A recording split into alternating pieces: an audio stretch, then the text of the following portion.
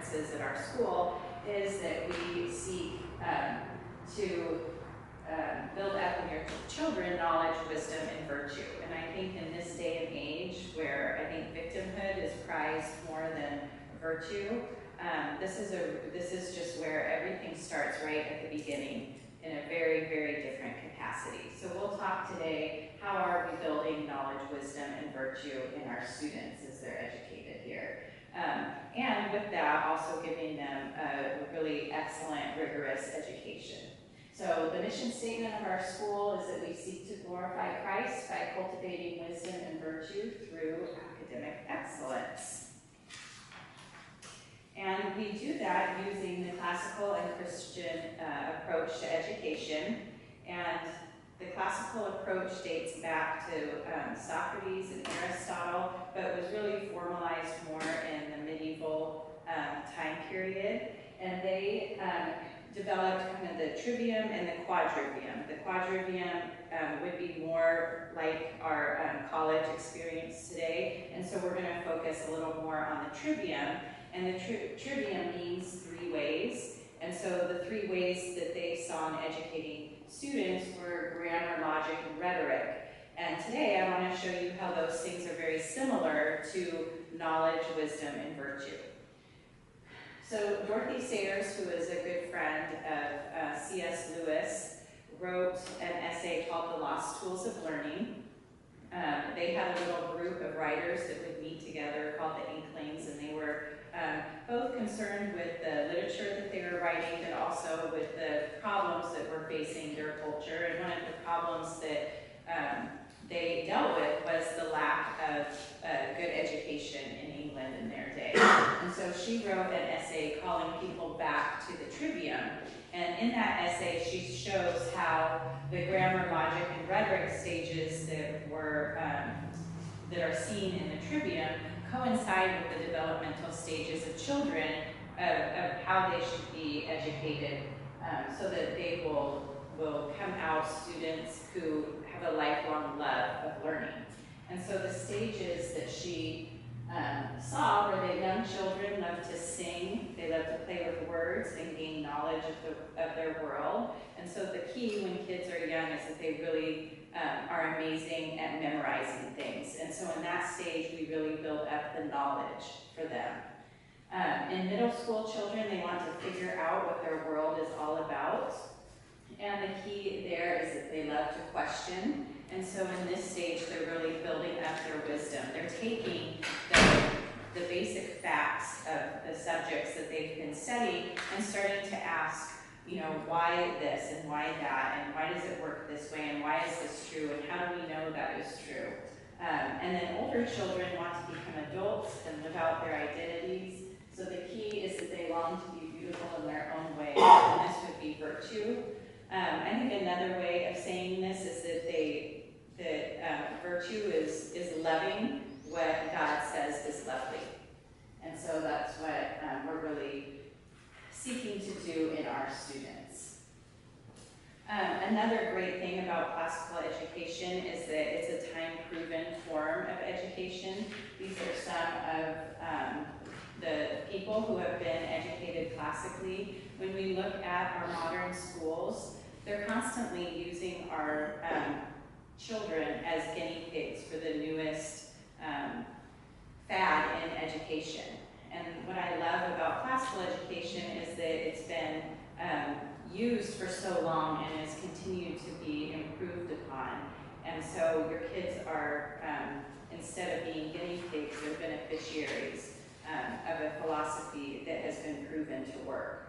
So we're going to look a little bit at the difference between modern education and classical education, and we'll kind of look at the different subjects in schools, and within that, I'll explain how we teach those subjects, because one of the keys to a classical education is not just what we're teaching, but it's how we're teaching, because again, in the end, we want to have our students leave our school as lovers of learning. And so we start right at the beginning with the Bible, and I think it's probably no surprise to any of us that the Bible has been completely taken out of modern education, even in many Christian schools, they might memorize a Bible verse or whatnot, but they're really not, it's really not the foundation of their learning. So in classical Christian education, the Bible is the foundation of all of our learning, and we are building our students up so that they can have a systematic understanding of what the Bible teaches, and we give them, we have a program of intense Bible memory for them. This is one of my favorite quotes from Aristotle. He says that educating the mind without educating the heart is no education at all. And I know Aristotle was not a Christian, but one of the things that is so impressive about these men is that even though they weren't Christians, they were asking the questions that we should be asking as Christians, and they were seeking to find the truth. In my knowledge, I'm not sure that they did, but they were seeking to find the truth. And we want our children to really understand that is our job in education, is that we want to teach them how to seek the truth, but to know that we know that God speaks to us the truth through his word.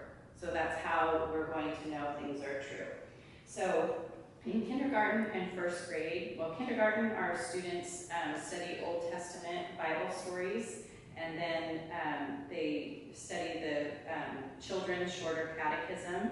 And then in first grade, they do New Testament stories, and again, finish up the children's shorter catechism.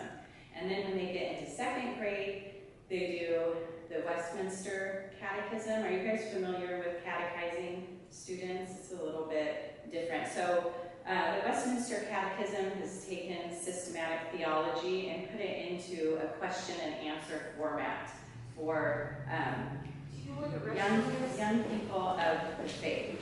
So the amazing thing about it is it kind of starts with asking who is God, and it asks who is man, how is man saved, and it really goes through the systematic theology that we would find in the scriptures from Genesis to Revelation.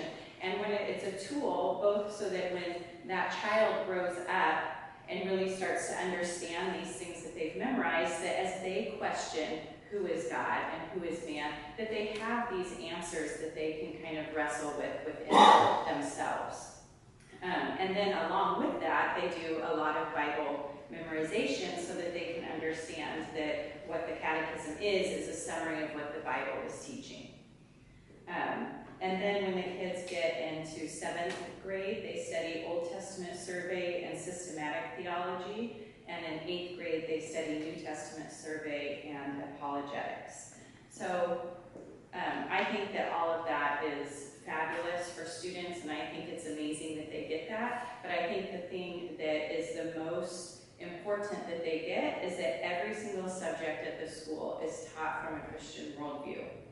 I was at a talk many, many years ago, and it was about teaching from a Christian worldview, and the person teaching had asked the crowd, how do you teach a subject like math from a Christian worldview? And one of the attendees had said, well, you pray before you teach math. Well, it's a good thing to do, but it's not really what it means to teach with the Christian worldview. It means to really teach our children that we certainly know that every time you have one and you add another one, that it will be two. Because we know that the way this world works is based on the character of God, and the character of God never changes. And so we can be absolutely certain that when we add 1 + 1, it's always going to be 2. And that really helps our kids, I think, to have a much bigger picture of who God is and that he influences every part of their world than simply, we do pray before we teach, but than simply praying before you teach.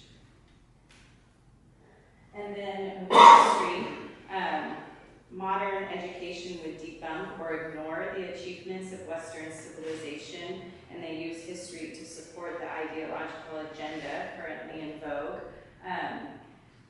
Our children we have 4 boys, and they went through classical school, K through 8, and then went into public high school. And our third one, the only honors history class they have for freshmen is called Global History. And some of the professors from UCI come and teach the kids, and then some of the graduate students come and do discussions with them. So it was a kind of an interesting class, but it was really just anti-American, anti-male, anti-white. It was, one day my son came home and he was so upset because they had said we really should form our Congress after Uganda's, because Uganda has like 90% women. And my other son was in this school and he was doing debate, and he actually had been assigned, they were debating about Uganda, and so he was learning about it and had learned that women in Uganda weren't even recognized as fully human until after 2000. And that many of the women that are in there, I believe they call it parliament, are puppets for men. It's a very abusive, tyrannical, really, situation for these people. And then they were also seeing this because it needed to be fair. And my son is sitting there thinking, well, how is 80 or 90% of your parliament being women fair? I mean, fair would be if it was 50-50. But it was just a very, it was sad because they were not teaching a logical view just of history. And not that we think America has done everything right, or even that the countries in Western civilization leading up to our modern day Western civilization have done things right. They certainly have not. But it doesn't mean that we have to negate things that are good and right in our country. But we need to teach our children to have a logical understanding of the good and the bad and whatnot. I mean, history really is the story of heroes who have succeeded and failed in our history, in the time before us. So in classical Christian education, we emphasize the fact that history is under the providential hand of God, and it therefore has a purpose, and our heritage should be valued and understood. This is one of my favorite quotes about history in this country because I think it's so true, and that's that most people believe history began, I should say the day they were born. And I think if you sit in even if you don't even have to sit with high school age children, I think if you sit with your own contemporaries, that this is so true. Most people don't even really know the history that just happened right before us. Many college graduates can even tell you who fought in the War for Independence, who fought in the Civil War, what country our Civil War did. I mean, you can give them a lot of hints, and they're still not getting it. And the sad thing is that if people don't understand where we've come from, it's very, very difficult for them to be part of a solution and leader to where we need to go. And so in kindergarten and first grade at our school, our students, we are trying to teach them what history is. So they're kind of starting with learning the timeline of their own life so they can kind of understand the difference between, Jesus was incarnated about 2,000 years ago and I'm only 5 years old. And that, so that was a long time ago, but I've only been here a little time. So we're in kindergarten and first grade, we're really trying to build that foundation of trying to understand things that came a long time ago that still impact us today. And then in second grade, we start the kids' first cycle of history of Western civilization. So they study creation through ancient Egypt, and then in third grade, they study ancient Greece and Rome. In fourth grade, they study medieval history. In fifth grade, they study early American history, and in sixth grade, they study early modern history. And then in seventh and eighth grade, they start over. And they start over really entering into the great conversation that the great authors of Western civilization have been having for thousands of years. And they do it through reading primary sources. And this is another area where a lot of our high schools are failing our students because they're not reading the complete works of, whether it's the Odyssey, they're reading excerpts of it, they read excerpts of Shakespeare. I don't think they even touch. What did you say? Start over. So in 7th grade. Okay. Mm-hmm. And so in 7th grade, their class, we'll talk about it a little more because their history class and their literature class and their part of their theology class is combined into one class, which is called Omnibus. And so they're reading, okay, no, that's in literature. They're reading the primary sources, and then twice a week they're coming together, and they have about an hour and a half Socratic discussion. And it's one of the most, I think, phenomenal things to see with children this age, because I think most high schools would think that the reason they're reading excerpts is because they don't think the kids can handle the full text. And to come and see these 7th graders having just amazing conversations is just, it's truly, I think, the crowning jewel of a classical education. And in fact, one of my kids went, so he was in a public high school his freshman and sophomore year, and then in a private school his junior year, and so he did AP Western Civilization his sophomore year, and he had to learn about, I never know how to say his name, but Nietzsche. And I think he had to learn when he lived, and that he said that God is dead. So that's what he got out of Western Civ. Well, the high school he transferred to was a liberal arts high school, and so they did read. They had a great reading list, and so he had to actually read the book where Nietzsche explains that God is dead. And my son is, why doesn't everyone read this? I mean, probably, half our country actually believes what this guy is saying, and they don't even know, like, he's being so honest about where these beliefs go and what the results of these beliefs are. But none of these people who think that they believe this, all they know is that he said God's dead. This is crazy. And I mean, for me, that was just it was so great for him to see and to understand how important it is for us to be aware of what has come before us, because here we are making some of these very same mistakes. This has already happened. We've already seen the result of what happens from this type of thinking, and yet here we are with a very uneducated population and making the same mistakes because we are so unaware of what has come before us. So we'll talk a little bit more about what they're reading with literature. In modern education, they're bringing the books down to the level of the students, so as not to overwhelm limited vocabulary, fluency, and familiarity. And I think that's pretty self-explanatory. I think one of the really sad movements in modern education is that they're really moving towards, I think even in kindergarten, it's about 60% where it's informative text, meaning it's nonfiction. And that just it does nothing to enliven these students, to help them develop their imaginations. We need people with imaginations because that's how we have solutions to problems, not by reading informative texts. As they get older, there's going to be plenty of time to read informative texts. When they're young, we need to instill in them a passion for beautiful stories.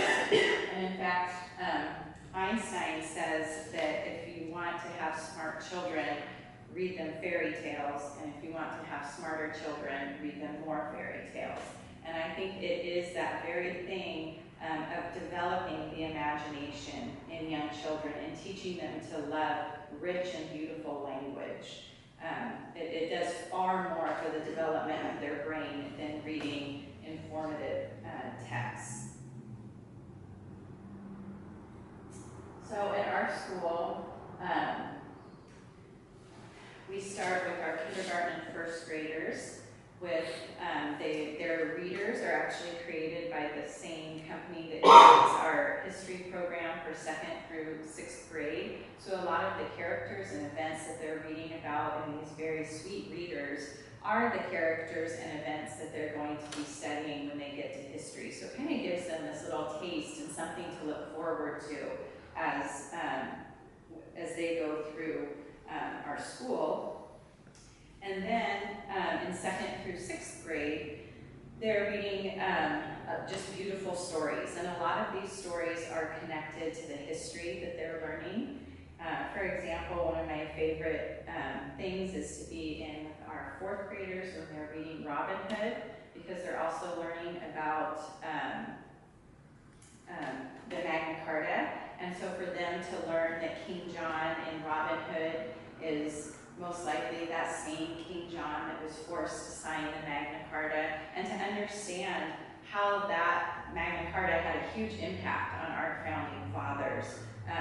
It's so much more fun for them to learn it through the story of Robin Hood than it is for a teacher to stand up there and say, King John wasn't a good man, he got forced, you know. But for them to kind of get to know who King John is through the eyes of Robin Hood is I think so much more interesting for them. And so in 7th and 8th grade, I'm going to quickly just go through their reading list. They're reading, in 7th grade, they read the Odyssey, the Iliad, Plutarch's Lives, they read the Orestean Trilogy, Sophocles, the Oedipus Cycle, Plato's The Last Days of Socrates, and then they read Genesis, Exodus, Luke, Acts. They read the Aeneid, Cicero on the Good Life, and they read Julius Caesar by Shakespeare, and then they do read C.S. Lewis, Till We Have Faces. So giving them, again, it's kind of that same thing of being able to teach them about the history of Western civilization, for which they already have the timeline down because they've gone through it, 2nd through 6th grade, but now they get to understand it through these primary sources and through these stories. And one of the great things that these stories have in common is this idea of hero. And so one of the things that they're looking at throughout 7th grade is the idea of the true hero, who is Jesus Christ, which is why they're reading Genesis, Exodus, Luke, and Acts. But also to kind of give them a theme to follow throughout these books. So just as an example, when my youngest son was 12, he was in 7th grade, and it was at the beginning of the year, so they were reading the Odyssey, and they were talking about, in their class, can Odysseus be a Christ-like figure? And one of the students in the class was like, absolutely not. Homer was not a Christian. There's no way anyone can be a Christ-like figure. If it's not a Christian writing about a Christian, no way. And my son was so frustrated with that. That is closed-minded. And, you know, the gospel is written in their hearts, and the law of God is in their hearts, and he could write a story, and they were seeking for the truth. And at the same time, we were walking through Target when he's relaying this story to me, and this little 3-year-old comes running up, he's with his dad, and runs up to his mom and says, I just pee-peed in the potty. And I thought, wow, my son went from that at 3 to at 12, trying to figure out if Homer's Odysseus was a Christ-like figure. That is a quick transition for these kids. And for them to, I love that he had to wrestle with his classmates, and to, after they wrestle with one another, then they have to write what their conclusion is, and they have to prove it from the book that they're reading. But that is so much more enjoyable to someone who is at this stage where he wants to question everything than, again, a teacher getting up in front of them and saying, you know, here's Christ as a hero, and here's Odysseus as a hero, here's what they have in common. That's not fun, that's not enjoyable, and it's not going to teach someone to really love learning and to love truth.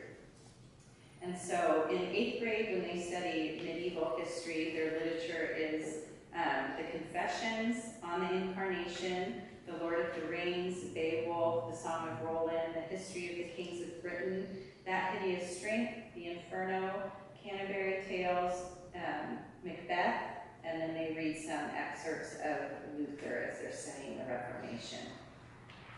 So it's a very, very full literature program. So the other thing we do with literature at this school is we teach our kids, even in kindergarten, through their read-aloud stories, how to understand stories through this story chart. And what this does is help them to learn to analyze the story and to kind of take themselves a little bit out of it so they can see, okay, this is what happened in the stories, this is the development of the story, and to kind of be able to step back at that point and then ask why.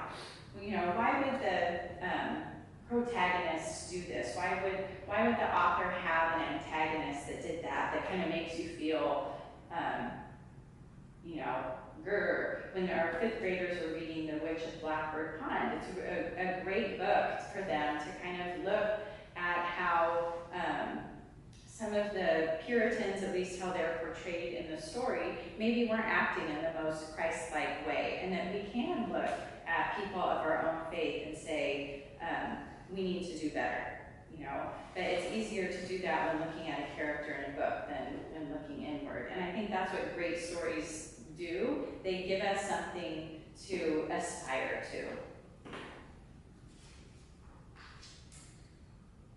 Okay, so rhetoric and logic, we're going to kind of look at some different curriculums with this because we teach logic in our 7th and 8th grade classes. They learn beginning logic in 7th grade and intermediate logic in 8th grade. And so they're learning both fallacies and how to form arguments in both grades at higher and higher levels.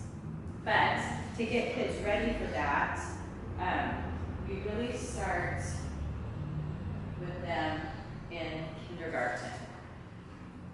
Not teaching them fallacies, of course, but so it starts first with how we teach them to write.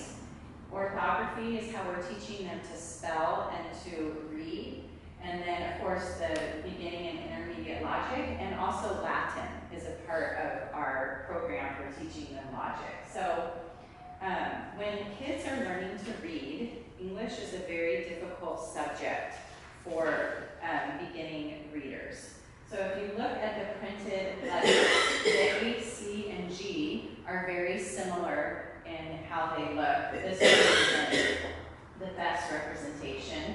And then the N and the U are very similar letters, and the P, D, and H are also very similar letters. But when you have them in cursive, they're not quite as similar. And so we have, there's studies that have been done that actually show that students who learn to write in cursive first have a lower incidence of dyslexia than students who learn to write in printing first. So that's one excellent reason why we would start with cursive. And of course, our kids do learn how to read with print. So it's not that they're only learning cursive letters, they're actually learning both of them, but we're teaching them how to write in cursive. Another strong argument for using cursive first is because when students write a word in cursive, they don't pick up their writing utensil until they're finished writing the entire word. So we start with teaching our kids the 70 basic phonograms and 28 basic spelling rules, and then we go into learning how to spell a word. So it's very intuitive. We're putting these phonograms together to form a word. Whereas when you write in printing, you pick up your pencil multiple times in printing one letter. And so then you're having to teach the kids that, okay, that was the end of one word. Now you put 2 fingers down for a space and you want to get to the next word. You don't have to do that with cursive because it's so intuitive to them. So that's the second thing. And then the last thing is that kids who learn to write in cursive first hit their writing fluency quicker. So writing fluency is when they stop having to think, okay, I'm going to spell the word cat. First they have to think, how do you spell the word cat? And sound it out, cat. Then they think, okay, now how do you form the letter C? How do you form the letter A? So writing fluency is when they say, I'm gonna write the word cat, and they pick up their pencil and they write it. They don't have to think about how do you spell the word, how do you form those letters. If they're printing or if they're writing in cursive, but it is having the children, instead of writing on paper, instead of having them on a keyboard. When you write on paper, we're very big on proper pencil grip, which would be this grip, when you're pinching it between these two fingers. This finger, your pointer finger, has the most nerve endings in its tip of all your fingers. So when they hold the pencil like this, they're putting the most pressure and sending the strongest signal to their brain. So that is the first thing that's not going to happen when they're on a keyboard. But the second thing, which is equally as important, is that they're getting stimulation. This is why kids write with pencil instead of with pen when they're little, because there's more feedback from the paper. So there's more tension from the paper with the pencil than it will glide more with the pen. But they're crossing their midline. So when you go like this, I'm crossing the center of my body to write from, the beginning of the sentence to the end of the sentence. When kids are on a keyboard, they never do that. And what this does is it helps kids to develop this area of the brain that's called the corpus callosum, and it helps them to be able to use the different hemispheres of their brain at the same time. So they're finding that kids with that are on a screen device for more than 2 hours a day, their thinking skills are actually lower than kids who are not on the screen during the day. They haven't figured out why. The study is going to go on for, I think, about 20 more years. But I think one of the main things is that they're not crossing their midline. When schools are making decisions to put their kids on a computer, they're also making decisions to not do other things. So when we make the decision to not put our young children on computers, we're making decisions to do other things. And one of those things is how we're teaching them to spell and read. So this is one of our first graders' tests. I think it was from, or spelling list from yesterday. Yes. So you can see the different markings on this paper. So when she spells lady, she has it written in 2 syllables. She's underlining the A because it's spelling rule. Yes. And she has a 4 above the Y because it's the 4th sound that the Y makes. Yeah, it, I, E. And they learn those sounds in the order in which they're used. So the most used sound of Y would be yeah. The second one, yeah, it, I, and then E. So we're teaching them the logic of their language. And doing this, when kids learn the logic of their primary language, is going to start to build the higher level thinking area of the brain. So we teach them how to spell like this in kindergarten, and then we start teaching them how to read. Because what that does is it makes them read analytically instead of our brain will kind of intuit the language. We don't really want them to intuit it as much as we want them to be able to analyze it. So it might take them, they usually start reading just after Christmas break in kindergarten, and by the end of kindergarten, they're usually up and reading, but by the end of 1st grade, they're usually well beyond a 1st grade reading level, because they're able to so quickly analyze their own language that when they get to bigger words, they don't stumble. And then we follow this up in 3rd grade with Latin. So Latin, well, obviously not in public schools very much anymore, and when it is, it's usually a high school program, and that is for kids who would be interested in going into probably medicine or maybe even law, or they just want to do really well on their SATs, and they know that learning Latin will help them do that. But we start Latin in 3rd grade because we think it's a great follow-up to our spelling program, and it's going to develop that same part of the brain to help them to be precise and careful thinkers. When you're studying Latin, you have to really slow down and think about what is happening with each word. If the ending of the word changes, that changes everything about how that word is being used in the sentence. It's an inflected language. The words aren't in order like they are in our language. You have to know what part of speech the word is by what ending the word has on it. So then you have to know what all the endings are. It's a very, again, precise language. And one of the beautiful things about language is that they represent the cultures that developed them. The Roman culture was a very precise language. If you think about how their cities were made, anything they developed, it was very precise and purposeful. When you think about the English language, it's full of rule breakers. It's very much like the independent street that we have as Americans. And so as our kids start studying this classical language, they're actually getting to know this culture that we come from. And that really helps them as they get in when they start reading the classics in 7th and 8th grade.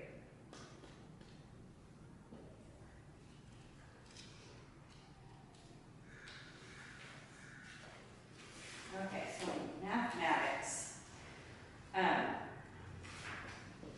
So in high schools, they're actually having to start, a lot of our high school graduates are now only getting through algebra and geometry because they're having to break algebra into a 2-year class, and they're having to break geometry into a 2-year class because the thinking is too difficult for our students. And at our school, we teach the Singapore math program, which emphasizes the mastery of the base 10 system through concrete manipulatives. It then moves to visual representations, and lastly teaches abstract mathematical representations. So instead of relying on pure abstract memorizations, students learn to think mathematically. So what has happened in a lot of cases in America is that we've started teaching concrete math in an abstract way. So when students are learning 1 + 1, 2 + 2, 3 + 3, they're singing songs, which is a great thing to do, but they're just memorizing. And to these little kids, they don't understand that 1 + 1 = 2 represents one set being put together with another set and ending up with the combination of those two sets. So math is a language, and just like if all we did was teach you the symbols from another language, you wouldn't know that language. You would just know the symbols, and you'd be memorizing every time I see these symbols, this is what I write. And so when they get into truly abstract math in algebra and geometry, and for some of them algebra too, they're really hitting a wall because they don't have a concrete foundation to work from. So what Singapore math does is give them that concrete foundation.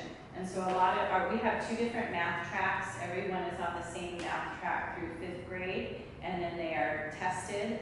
And some of the kids in 6th grade take just a traditional math 6 class, and then they take pre-algebra in 7th grade and algebra in 8th grade. And some of the kids take pre-algebra in 6th grade, and then they take algebra 1 in 7th grade and geometry in 8th grade. So the kids who have done that have gone on to be very successful in starting high school at algebra 2. And that really puts them on, I mean, you can imagine they're now starting where a lot of kids never get to in high school. And so it's really putting them on a great trajectory for math. And then science.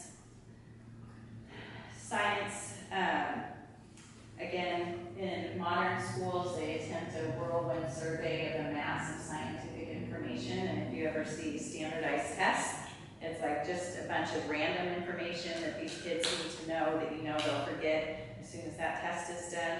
And in a classical Christian school, we teach it in more in-depth key topics with reference to the rest of the classical curriculum. And a lot of this is really learning to integrate art into science. I think science is a great subject to teach our children to really slow down and observe.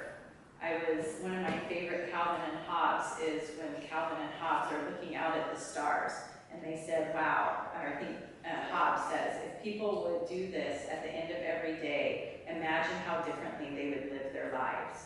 We need to slow down and see the majesty of God's creation and kind of live in the shadow of that. It truly is majestic, and yet we're going through the world hooked to our little phones, and poor kids are unable to read more than 2 minutes at a time because their attention span has been so depleted.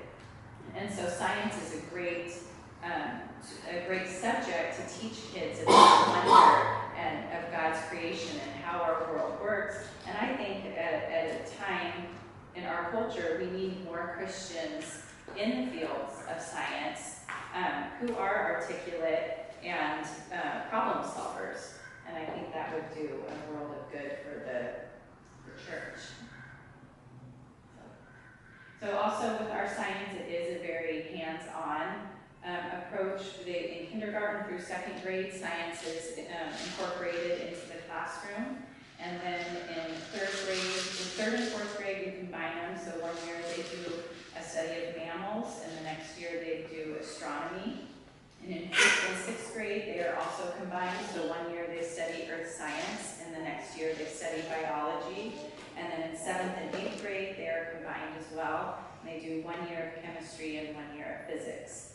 And the thing that I love about our fifth through eighth grade science program is that one day they're doing experiments. So it's very hands-on learning, which again, does a lot for the curiosity of our students to be able to learn about the truths of science and about creation and the laws of our universe is so different than to be able to see them in action. It's so much more meaningful to them. So that is a very brief summary of our curriculum guide. There's a few of them in the back, and I would say to grab one, because it really helps you to see the fullness of the program for kindergarten through eighth grade. Any questions before we go on? That was kind of a lot. Okay. So to make sure that we are doing what we think that we're doing with our students, we do have report cards once a trimester. And mid-trimester, for the first and second trimester, we have parent-teacher conferences, so that if we're seeing any issues, you are kept abreast of how we're trying to come alongside the child in the classroom, how maybe you could come alongside them at home, or if it's just a time to celebrate their successes, that's important too. And then we use Educate, which is an online student management system. And that is kept updated on a weekly basis by the teacher, so you can always log in and see how your child is doing. But the other nice thing about a small school is that there's a high level of communication between parents and teachers. So even if there was something that we were a little concerned about at a conference, we would hear about it for the first time at a conference. It would be something that we'd be talking to you on a regular basis. And then we take the SAT-10 standardized test every spring, and that's for second through eighth grade. And last year, based on our test scores, 45% of our students qualified for the Johns Hopkins Center for Talented Youth, and they qualify by testing in the 95th percentile or higher on their standardized tests. And we don't prepare our kids for standardized tests. We really don't give any tests like a standardized test, but what we do is teach our kids to think well in the classroom each and every day, so when they're presented with a novel experience, they know how to work through it, and it shows on their test results. Is that a U.S., is that like state, 95% of the state or for the United States? Yeah, so it's 90, so what that means is that they test better than 95% of the students who took that test. And people... For the United States. I believe it's for the United States. It's the same company that makes the SATs, but I believe those tests are a national. I don't think Is it like public schools taking it, or is it mostly private schools across the country? It's more private schools. Okay. Yeah, most public schools I think are taking the STAR test, which doesn't really give you a score for how they're testing against other students. It just tells you how your child does on the test. Okay. And not that, I mean, every student's not going to test in the 95th percentile no matter what their education is, so it's not that we think that's a virtue or you know, whatnot, but we do want to develop every child to their fullest potential. And I do think that very rarely do their test results come back differently than what we see in the classroom. Yeah. And then we also participate in the National Youth Leadership Forum, which is students will be recommended for that by their teachers. We do bi-weekly PE. We do think movement is very important at our school, so they do PE. They also get recess every morning. They have an hour-long lunch or about a 50-minute lunch period every day. Our playground isn't the most technologically, not technologically, it's not the most, beautiful, but our kids, I think it just goes along with their imagination. They love it. There's always football and soccer and basketball and foursquare. There's plays being put on, jump ropes, hula hoops. I lined up for a hula hoop contest. Kids don't know how to jump rope anymore. Public schools, they were talking about that. Yeah. Jump rope. That's what we did. Yeah. So we love, Mrs. Holt and I are usually on the playground, and we love teaching them the song, teach them how to double dutch. And in fact, this year, one of our second grade students taught one of our kindergartners when she started school. She couldn't jump rope. And so one of the second graders, I took a picture, I think, and sent it to her, because she was down on the ground, moving that rope under her feet. She was going to make it. And the other day, I was out with that kindergartner, and she's jump roping all across the parking lot. So yeah, I think it's I think movement, just like riding from your midline, physically crossing your midline and doing those different physical movements is very important to our brain development. So we move them around in the classroom. They're constantly doing chants and songs and narrations and reenactments. So we're big on moving kids, and I think that's why boys and girls really flourish in classical education. But I think in this day and age when a lot of modern schools is very much about they're sitting at a desk all day long, is not helpful, especially for boys. So some of the particulars, we do have a traditional school schedule. We start the last week of August, which I think this year is August 28th. It's always the last Wednesday of August is our first day of school. So we have 3 days of school, and we have Monday off for Labor Day, and we have 4 days of school, and then we get into the full week. So it kind of moves them a little more gently. And then our school day is from 8:10 to 2:50. We do wear, we think they're stylish uniforms. Our teachers, our students don't. Actually, I think most of them do like wearing their uniforms, but we have a whole philosophy on why they wear uniforms, and I think it's a great thing.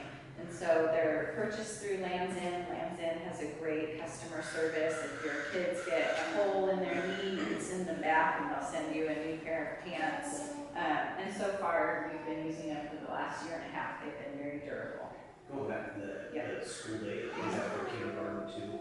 Yes, we do have an option of picking up at 12:15 for kindergarten. But I always give parents the talk that your kids usually won't want to be picked up at 12:15. So we do let them start getting picked up at 12:15, and you always have the option of transitioning to a full day. What would they miss out on kindergarten if they Well, they miss out on, it kind of depends on how we have, like this year, we just have full day kindergarten students. So we kind of, next year, if we end up having half-day students, then we kind of adjust our schedule accordingly. We do usually do the heavier subjects in the morning regardless. Obviously, they're going to do math and reading and writing in the morning. And then a lot of it is the art, PE, geography, science. Bible would also be in the morning. So, and that's why I think, well, kids in kindergarten like to stay because they like to be with their peers. They're very social at that stage. But it also is a very interactive, fun part of the day. So we have about 55 students right now and 14 faculty and staff members, which to be able to give students the kind of attention that you can give them when there's only, even our bigger classes are 12 students, is really amazing. The teachers really know your students, and it's not just about academics, but they know them personally, and they know what they need. We have one little boy who's he is a very competitive student. And his teacher was telling me that he had recommended to his parents to really encourage him to try and play a game that he wasn't so good at, that maybe there was someone else in the class that was a little better than him, so that he could work on handling not being the best at something. And how wow, in what school in this day and age is a teacher thinking so specifically about a child and their development and what they're going to encounter in life and how to best set them up for that? It's really, to be able to have the attention that our kids get is a really beautiful thing.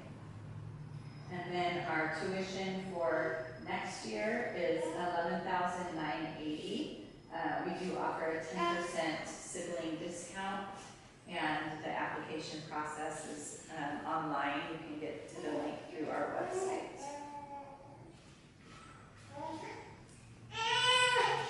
So, in conclusion, our top founding fathers, John Adams, John Hancock, and Samuel Adams, attended Harvard. The university's credo began with the following: the main end of life and studies is to know God and Jesus, which is eternal life, and therefore to lay Christ as the only foundation of all sound knowledge and learning. One thing I think it's incredible that was Harvard's credo, and to see the caliber of students that it was putting out at that time is an amazing thing. But that really is what we are seeking to do with our students.